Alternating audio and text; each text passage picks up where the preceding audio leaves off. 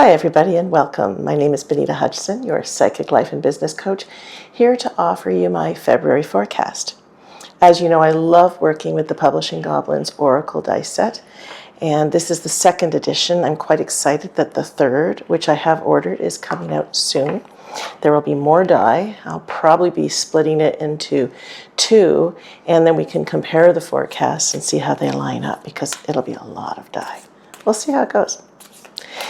So for February, the card we are pulling, oh, I have not pulled this one before. It's the Publishing Goblin. So there we go. We'll see how that plays out. And we have our lovely box of die here. We're going to put these out.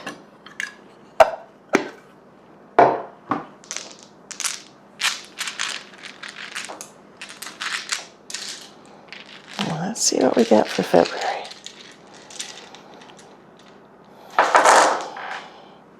Okay, well, that's interesting. Only one went off the mat this time. And we have two, almost four in the core. So this is going to be quite interesting to look at. Now, the Chaos die has landed right here. We always look first at the Chaos and the Fate die, because sometimes they change what the configuration is supposed to be on the mat. So if we go to the Chaos die first, and again, this is a face I don't think I've seen show up before. I don't know if you can see that. It's called Broken Time, and it's basically saying Broken Time makes no change in the reading in the way one might expect based on the other faces this die has. Instead, it introduces a strange quality to nearby die. They're unlikely to come around when you expect them. This is to say, nearby die are coming around at strange times, in spurts or in a meandering long path, far after you'd need or want them. And we are living in strange times, so that seems really apropos. All right, let's look at the Fate die. And the Fate die is showing up in the past as the sevens, as you can see there. And it's a good omen of things to come. So when I'm looking at it's a face of great success and potential fortune. So when I'm looking at it from the past, it's basically reminding us we chose all of this. At soul level, we chose to come and have these experiences we're having now. We came here to learn, we came here to grow, and to remember that it's all an illusion anyway. So we come, we have these experiences, we move on to the next experience. So it's just that reminder that, all of this is serving a purpose. So just keep that in mind. Okay, so moving on, we're going to go through the die one by one. All right. The Alchemist die is showing up just inside the core. This is what it's looking like. And it is lead. So it says that which on its surface is difficult, untouchable, or even dangerous. So when it shows up in the core, it speaks of a difficult situation that through time, patience, and understanding can be made to be not only better, but an important, attainable goal. But it takes dedication and work. Well, again, that really fits with the times right now. We have to dedicate ourselves to whatever our purpose is in the current situation. It's really important that we do so. So it's keeping that in mind, right? What is the goal here? And how are we meant to work with it? All right, we come to the Alley die. And the Alley die is showing up under Fated, and we have this cat. It's not a very healthy looking cat, it's a stray. So it's when you see this die in a reading, it speaks to those abandoned by the world system or you specifically.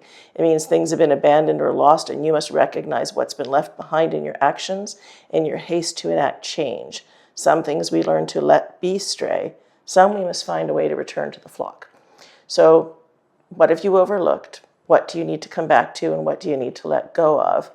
And it'll be clear as we go forward, because that's under fated, which means you'll eventually see, oh, this is something I have to leave behind, or this is something I have to turn around and go back and work with again. And our attentions die. So the attentions die is also showing up under the past, and you see a door opening. So when we look at that one, it says closet, and it's the things in your life you can't let anyone know about, but you also know someday have to come out and be known.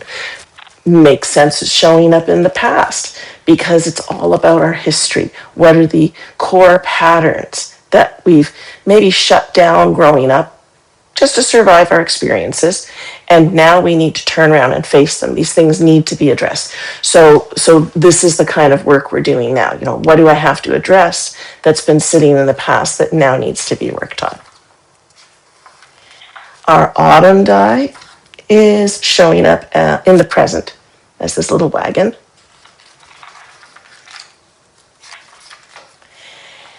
And it's about a journey. So it says, now that you've ended this long process, it's time to see what you've made. This can be all the work put towards receiving a promotion at work, towards fulfilling a creative work that's taken a deal of a time, overcoming a difficult trauma or grief, or finishing the build of something difficult. So it's showing up in the present is saying, and if you've been watching my forecast for the past year and a half or so, there's been a lot of internal work that we've been doing. And now it's saying, that's your foundation. From there, it's time to do the work. And last month we talked about externalizing the work. How do we take what we've learned and put it into action now? And that's what we're looking at. Okay. And let's skip the chaos die because we've done it. Our elements die is showing up smack dab in the middle of the core. And it's the one that looks like a scythe. And it's called metal. And it says when it's found at the core, it implies one of two things. Either the question or situation is mutable with skilled work, or it's immovable and almighty. Well, we know because lead has shown up in the same place that says you've got some difficult work to do and you have to get at it and do it. It's not immovable. It might feel like that right now when we look at what's going on in the world. We might think, how do we ever overcome this?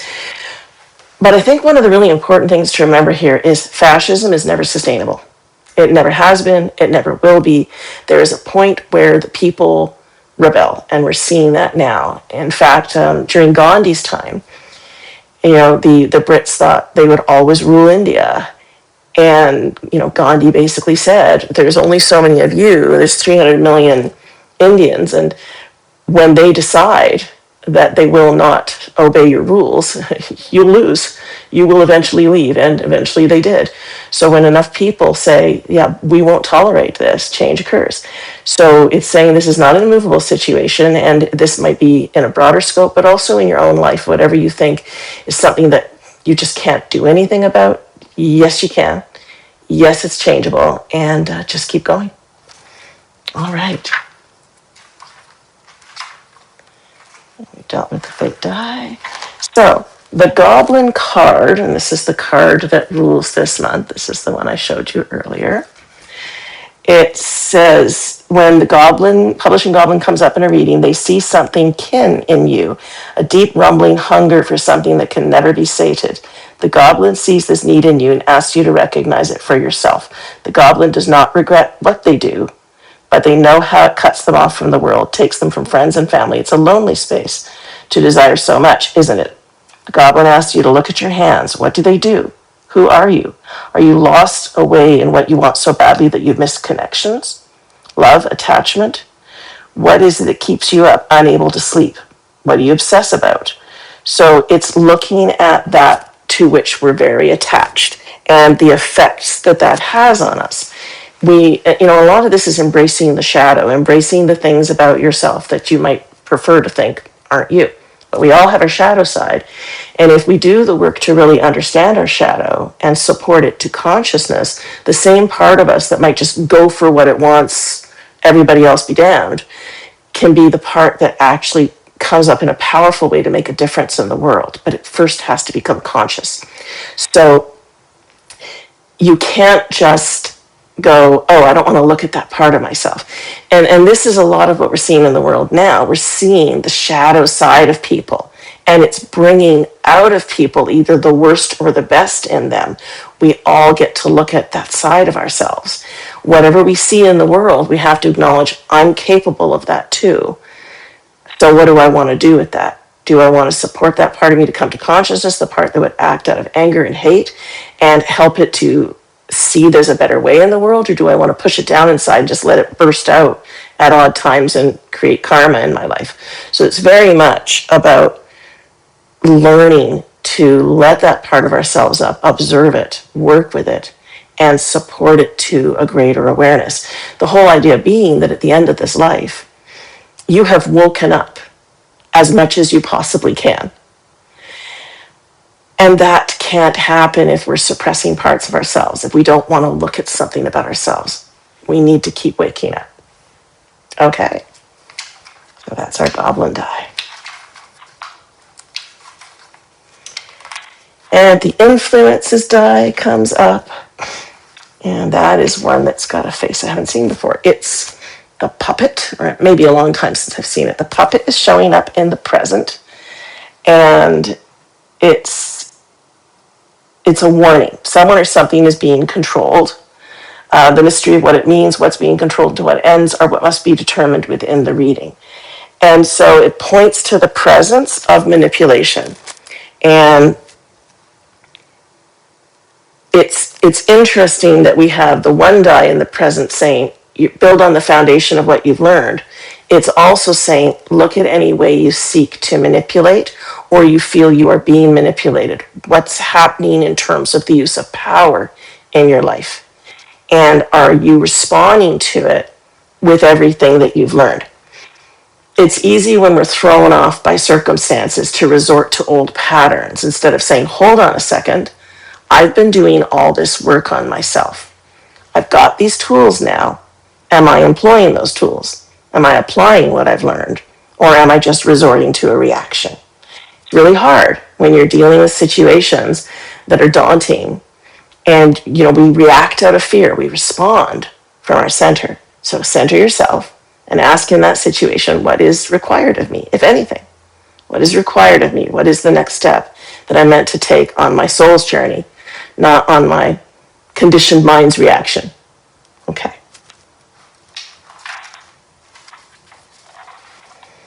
All right, the kindness die shows up as a piece of pie. And it shows up also under fated. And it's caring for another in an embodied way. It may cost money, but it's not the money spent that matters here. It's the care taken. Food made or shared, clothes sewn or knit. Pie slice is the act of caring for one another. So, you might be wondering here what's going on. I have a condition. I got put on prednisone. It's making me sweat a lot.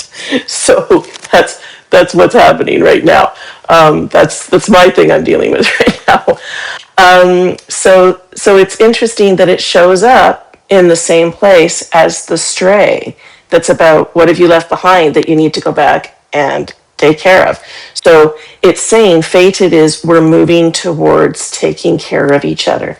We're looking at maybe people and situations that we would not have paid any attention to in the past and saying, well, now we must. And I've talked about this before. It was easier when fascism, when horrible things were happening, way on the other side of the planet to say, not my problem. It's much harder when it's on your doorstep. And it's really bringing the whole world into a smaller space of realizing that everything we do affects each other. We are very intrinsically bound, that there's really nowhere in the world that there's no ripple effect from what people do. And I think the whole thing that's going on south of our border is really pointing that out, that you can make decisions that affect other people dramatically in other parts of the world. It's again part of the awakening. We are one, and it's getting harder and harder to pretend we're not. All right. The longings die is showing up in the present. And remember, it's close to the chaos die that's talking about strangeness. And it is a mask. And it's saying it's the desire deeply held by many of us to be a way of things from people. It's to not be known, to be hidden. So it speaks to the necessity of masking your actions, behavior, or identity. And this is rarely done for cruel or manipulative reasons. It's most often done to keep yourself safe. So if we consider that it is near that chaos die, and with what's going on in the world right now, we might see it as practice discernment. There are people and situations in which you can fully show up as yourself. And then there's ones where you want to sort of watch what you offer people, because what you want to do is be able to be effective in the world. And if there are things that you're doing that are to make a difference in the world that could put you in jeopardy, is there a way you can do it that allows you to keep doing it, that doesn't just put you necessarily in the line of fire, but allows you to keep making a difference? So it's actions with wisdom, not just I'll be the sacrificial lamb. And I'm not saying that that's not what some people's role might be. We don't know what everybody's path is, but it's suggesting to you in this situation, practice discernment. You don't just go into battle and try to change minds of people who have no interest in having their minds changed. You look for the openings the universe provides, and you step into those openings with wisdom. Okay. And now we have the Major's die, which is showing up in the future. And it is the binary die. And so when this one shows up, it says there's two main functions as a die face. On the one hand, it speaks to the mistaken idea that things are either true or false, successful or failures. It's requesting that we reapproach what we're doing with a broader understanding. And sometimes that's really hard when you're finding things in the world are seeming to be more black and white. We have our biases, and one of the hardest things to do is to understand a point of view of somebody else that to us appears abhorrent. One poem I often recommend people read is Please Call Me by My True Names. And this is by the monk Thich Nhat Hanh. And in the poem, he talks about his identity with everything, with the animals, with the trees. And he talks about, I am the girl raped by the sea pirate who throws herself into the ocean to drown in despair. And I am the pirate whose heart is not yet open, not yet pure. I'm paraphrasing, but you get the concept. And he talks about, I am the person who's slaving in the killing fields or something of that sort. And then I am the Politburo with bloodstains on my hands. So in other words, he's saying, I am everything. I contain the world. And when we can do that, when we can say, I see these atrocities, and I also know behind it is a human being that for whatever their own reasons is making that choice and is shutting down their humanity to do it, we can acknowledge not only the suffering they're creating for others, but ultimately the suffering they're creating for themselves, because the universe will balance things out in this life or the next. And then we can have compassion, just like Jesus did on the cross for the people who put him there. If we can have compassion for the people who are doing these things, we don't become enslaved to our rage. And if you look at it on a smaller scale in your own life, if you can see why somebody is doing something, if you can put yourself in their shoes, you still might not agree with their choice. You still might not agree maybe with how they treat you. But you can acknowledge that in some way they're creating their own suffering, because happy people don't hurt people, right? Only people who are suffering do. And the way they're trying to deal with their suffering is to externalize it in some way. Try and gain some control and power because they don't feel that on the inside. So the more we can acknowledge that, the less we are attached to those emotions in ourselves that throw us off our center. We can continue to act from kindness, from a centered place. Okay. The Mariner's die is off the mat, so we're going to ignore it. The Metamorphosis die, interestingly enough, is also in the core. And it's very hard to see this dice, but it's a butterfly. And when it shows up in the core, it speaks to the journey as much as it speaks to the face. You're finished, the butterfly face. You're finished with something. You can let the world see it, but more than anything, you can appreciate having completed this work, this journey, this growth. Dice around us will speak to what's gained by this new self, this new exposed and valiant object of self. It may even give hints on where the new growth, the new egg may happen, but only a hint of it. So in other words, we know we've got a situation that's difficult. We're being told to apply dedication and work to it. And we're being told it's coming from a valiant part of ourselves. The part of us that's on the hero's journey, that's here to make a difference, that isn't meant to sit back and go, oh, well, that's too bad, and do nothing. So it's saying this is the time to show this new level of consciousness in a new way by really showing up and being visible in the world with who you really are. And it's not going to be easy, but no more hiding. It's time to spread your wings and be seen. And that's not a contradiction to the mask, because remember, it's showing up where the openings are that you're meant to step into, right? All right. Our obstacle die is showing up in the past as the crossed swords. And it's about conflict. So it acknowledges there's an issue at hand, who or what stands against you, perhaps even why. So because it's showing up in the past, and because the other ones from the past have been positive, I'm seeing it as the conflict you grew up with triggered the things you came to work on in this lifetime, right? Every protagonist needs an antagonist. We all need something at the start of our story that triggers us to say, these are the things I want to address in this lifetime. So it's just saying that was the seed that was planted that caused you to do the work that has you watching my videos and working on your stuff. Okay, the relations die is actually straddling future and fated. And it's this one. It kind of looks like one person standing behind another. And it is called Another.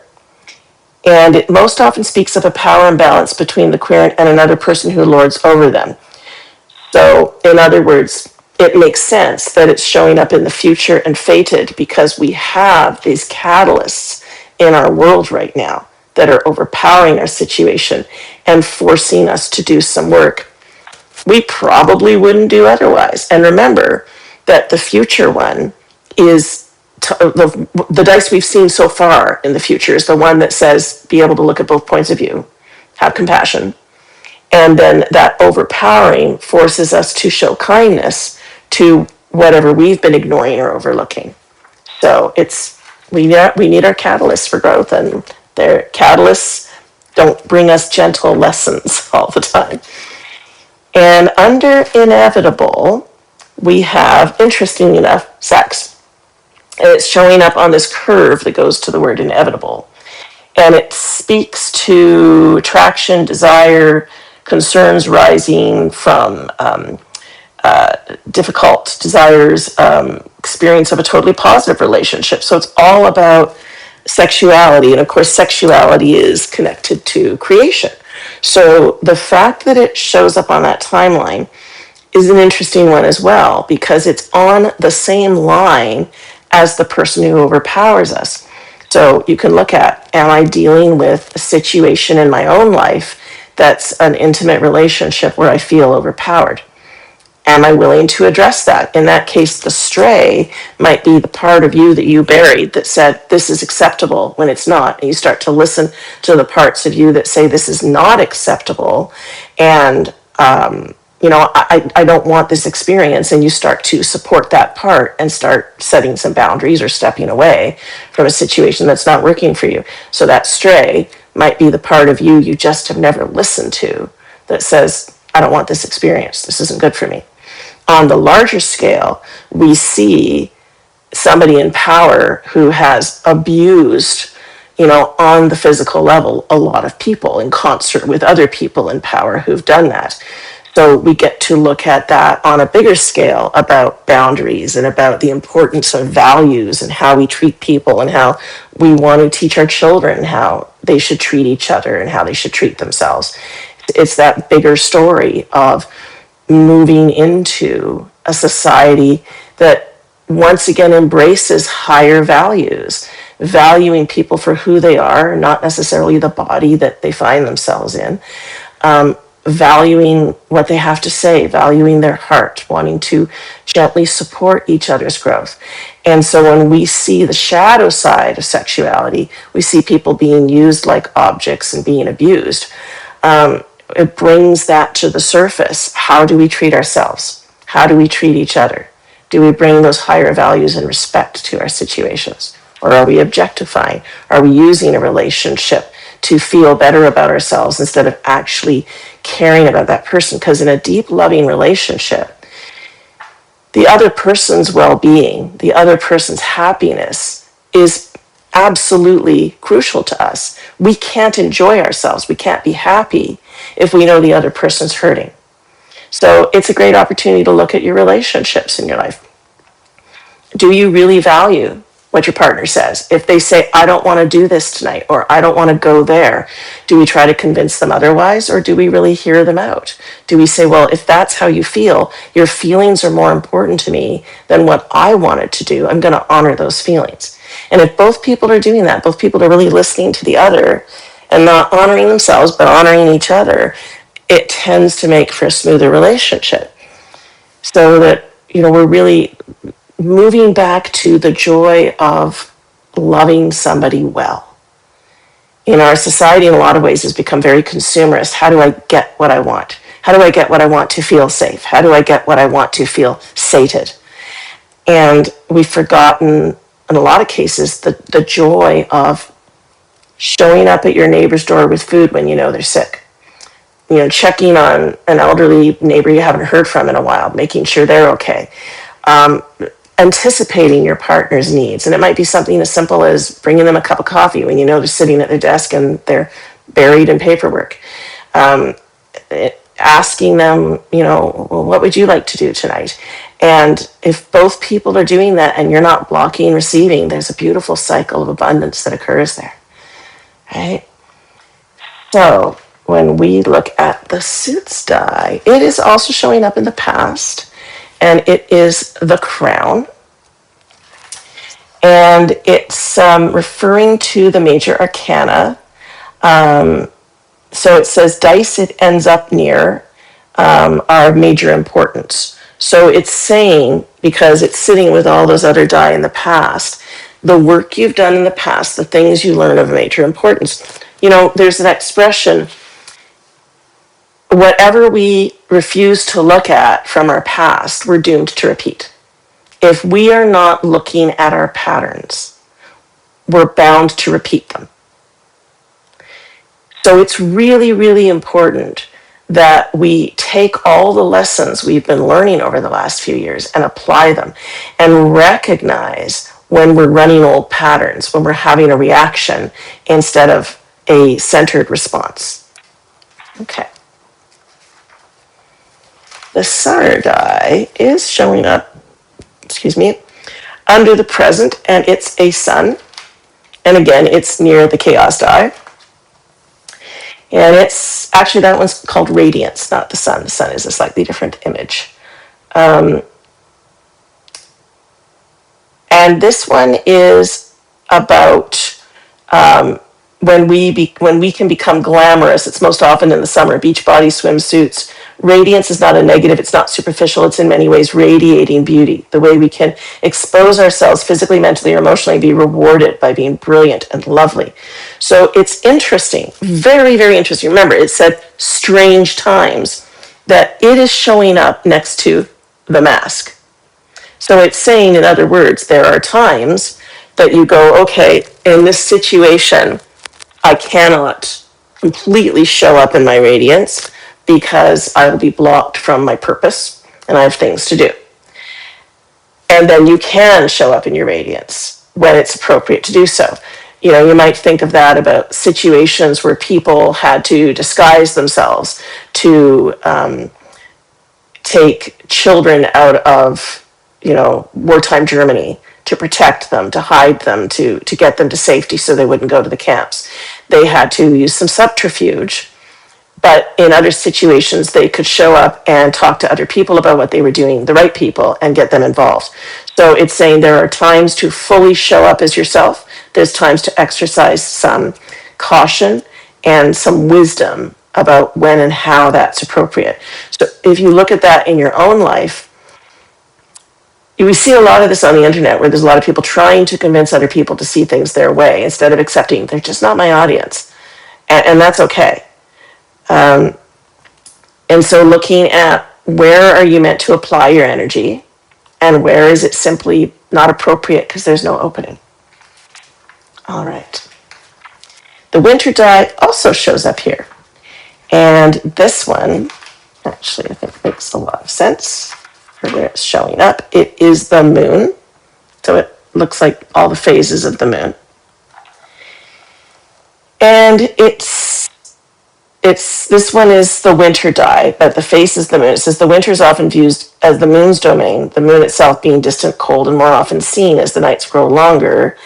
The moon is something that seems to change, but is always really the same, just lit in different ways. In this way, it often speaks of illusions. Things we think are happening or that we think are a certain way is actually not happening or actually being totally different. So in other words, because it's showing up with this, we see the current scenario. Things are built on shifting sands. Things are moving. Every day there's a new headline with something having changed that can throw us off our center. So again, the idea is to remember this is all an illusion. We agreed to be part of this play because we wanted to learn some things. We wanted to come here and have some experiences. And so which role does this call for at this moment? Do I lash out in a very public way about the situation? Or do I need to quietly work in the background for change because that's going to be more effective and allow me to do more over the long term? Practice discernment. Don't let these shifting sands throw you off your course or off of what you're here to do. Now, interesting, because I thought the influences die. No, not the influences die. Find it here. That the actions die had fallen off the table, but it wasn't. It's sitting in the future. And it is transformation. So it speaks more than anything to something occurring within yourself. So in other words, and it's so meaningful when we look at this for the future, it's saying it's about seeing both points of view and having compassion, which creates a transformation internally. It's like somebody asked Mother Teresa how she could go into Calcutta and do the work she did. And she said, I do this work because Hitler lives inside me. She knew her shadow. She knew she was just as capable of committing heinous acts as well as noble ones. She didn't suppress that energy. She allowed it up. She allowed it to come up and support the work she did. So this is us doing our shadow work. How, when we're looking around us and we're seeing the things going on in the world, how could that be us? But for the grace of God, there go I. In the past, when I lived in Kingston, Ontario, I was invited to work with women who were in prison for murder. And I did work with them. I found it very enlightening because when I learned about their histories and how they ended up there, I could see that, I didn't have the easiest history either, but I had resources. I had some choices. Some of them didn't find or didn't feel they had, and I could empathize. And, you might think, well, how? But when you get to really know people and their humanity on all levels, and a lot of them were in there because they were in a situation where it was kill or be killed. I was working with the battered women's group.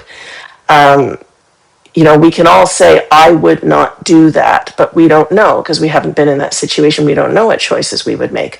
So what we're learning now is to look at all these videos, we're seeing all these scenarios, and instead of saying, well, that would never be me, we can contemplate, what does it take for a human being to end up there? Because if we just classify people and put them in a box and label them and say, well, that's what they are and that's it, there's no chance for growth. There's no chance for change. And there's many stories of redemption. There's many stories of people who've committed multiple crimes, including murder, and have had realizations and come out of it. There are a lot of prisons where they have had, people who've been murderers who've had no, remorse, and they've put them in a 10-day Vipassana retreat. And they come out of that after 10 days weeping and hugging their guards and asking to meet with the families and beg for forgiveness. It's transformed them. So everybody's capable of transformation. And we don't have control over what other people do, but we do have a say over how we respond. And so if we can keep finding compassion and understanding and look within ourselves and say, what in me do I need to work on? What is my shadow? What in me would misuse power? And it might be tiny manipulations in the day, trying to get our own way with somebody, trying to convince them of something we want that they don't. It's still manipulation. It's still a misuse of power. So it's looking for the subtleties in our own life rather than look at something else and say, I'm glad that's not me and shame on them, is to say, how is that me? And that's a really tough lesson. That's the shadow work. Being willing to say, how is that me? Because if it's showing up in my reality, it's a reflection of me on some level. It's a quantum universe. Everything around us is a manifestation of our consciousness. So if I can see something in my reality, it's coming from within on some level. How is that me? And what can I do to work on that in myself? Not push it down inside, not pretend it's not there, but to catch myself. Am I trying to get my own way in a situation? Am I not listening to the other person? Am I not caring about how they feel? Am I doing something that ultimately is hurtful to them? If we can work on it at that level, we can take what's going on in the world and from ourselves and to the community around us, we can create something better. But we have to be willing to say, how is that me? Okay. So we come to the wounds die, which is this little figure with an arrow through its head, showing up under fated. And it says it calls out something that's stuck under the skin, a pain, a wound, a cruel barb from a throwaway argument. It's sometimes well-meaning comments that stay as long-lasting fears. Other times a mistake is spoken simply that can't be unspoken. In any case, it has hooks in deep. So whether or not we know it, we've been adjusting our life around this for some time. This is a call to heal, to recognize it, admit its power, and to pledge ourselves to grow beyond it. So when we look at this overall, it's really clear. We have all this learning and material from the past. And in fact, I missed one. I missed the goblin die. I read the goblin card. I didn't look at the goblin die. It's also showing up in the past. And it's obsession. So you can see how it's related to the last one I looked at. And it talks about an unabashed inability to escape a thought or concept. So when we look at this, we know that from the past, we have all this work that we've done. Conflict, obsession, the stuff that we've buried inside ourselves we haven't wanted to look at. And we're being called now to take all of that and keep doing the work. Whatever core patterns are being triggered, whatever it is from the past you haven't wanted to look at, keep working on that now. Let that stuff come to the surface. That's the shadow work, okay? Shadow work is really crucial at this time. We're being told we're in a very difficult circumstance. It's going to be transformative. We need to apply ourselves to that. The stuff we're looking at in the present, it's saying, yes, there's chaos. Yes, there's some strangeness around this, but you're meant to apply the things you've learned. You're meant to carry it forward, and you're meant to do it with some discernment. And as you continue to go into the future, when you think about it, we are energy beings, and we're moving more and more into a state of oneness. And that oneness means you can't have duality. You can't say that's good, that's bad. It's energy existing on different vibrations, but it's all energy. And it's recognizing that, we're like a flute. We have all the notes. We have all the energies, all the frequencies within us. and as the lower frequencies that are all about survival, no matter what, no matter how it affects other people, are supported to come to a higher level, we move more into love, more into compassion, more into understanding and recognition of oneness, that there's no place where I stop and you begin. So it's saying, all the work we're doing now is leading to this. It's leading to greater compassion. It's leading to greater understanding. It's transformation that eventually moves us into that recapitulation of who have I forgotten? What have I forgotten? And how do I now work with that? So I'm not manipulating. I'm not saying it's just about me and not you. I'm willing to look at the ways I affect other people that are reflected in a grosser state out in the world. What the universe does is, if we don't look at what's inside of us that we don't want to see, the universe puts it out here in a big, obvious mirror, something we can't not look at. And that is our opportunity to say, okay, what's it triggering for me? What core patterns? I get to work on those. And how am I like that? How is that my reflection? And it's not the easiest work to do. It's work a lot of people don't want to do. A lot of people would rather sit in their self-righteousness. That's bad. I'm good. That's bad. It's a simpler way of thinking. And we see that in the world. We see a lot of people who wear a label and see anybody who's not wearing that label as somehow a problem. And it creates more division in the world. It really changes things when we say, that's me too. Again, can't stress it enough. Read Thich Nhat Hanh's poem, Please Call Me By My True Names. I have a hard time reading it without crying because it's so moving. But it's really about that compassionate state that is beyond borders, is beyond skin color. It's beyond anything that causes us to see somebody else as other. And it really moves us into a state of oneness where we reclaim everything, where we welcome everybody and everything as part of the journey. And it's not an easy journey, but we all go back to source. We all go back to that oneness. It's what we really are. This is the illusion. This idea that we're separate from each other, that we're different from each other. We're all just one consciousness experiencing itself in myriad forms. We came to participate. We came to be part of the story. We were like sitting there in the ethers, and it's like looking at an amusement park and going, that roller coaster looks really cool. And, when you're on the roller coaster, you climb, and there's that exhilaration of climbing the heights, and then that plummeting down into the depths, and the fear and the chaos of that, especially if you get on one of those wooden shaky ones. And then there's the escalation again, and we've said, I want that. I want that ride. I want to experience all of that because there's something to be learned from it, and it looks intriguing and exciting. Remember, it's just the ride. It's illusion, but you're here to participate. You bought the ticket, you agreed to wear the body, to take on the role, and to participate. So, don't cop out now. Be part of the journey. Invest yourself fully, and invest yourself in embracing the all, the everything. Don't look at any of it and say, I don't want that, it shouldn't exist. If it exists, there's a reason for it. What are you learning from it? We have an incredible opportunity now to grow as divine beings having a human experience. Incredible opportunity. And our catalysts are the people triggering all of the unrest, triggering all the problems, because we wouldn't do the work if everything was cushy. We're being pushed to do it, so do it. You came here for this. Don't miss the opportunity. I look forward to seeing you again next month. Thanks, everybody.